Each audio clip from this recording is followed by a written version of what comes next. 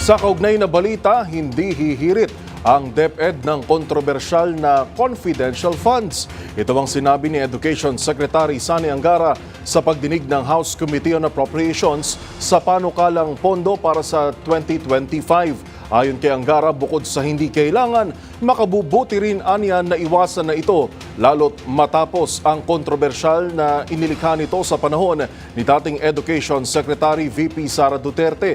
Paliwanag ni Angara, sakaling mangailangan ng pondo para rito, kukunin na lamang ito sa line item budget ng ahensya.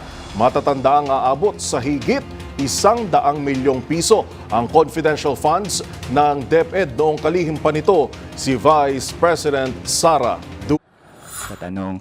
So Madam Chair, to confirm, magre-request po ba ng confidential funds for 2025 ang DepEd?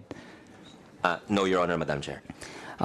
Maybe no po, bakit hindi? Ibig sabihin po ba ay hindi na nakikitaan ito ng purpose to continue and fulfill DepEd's objectives?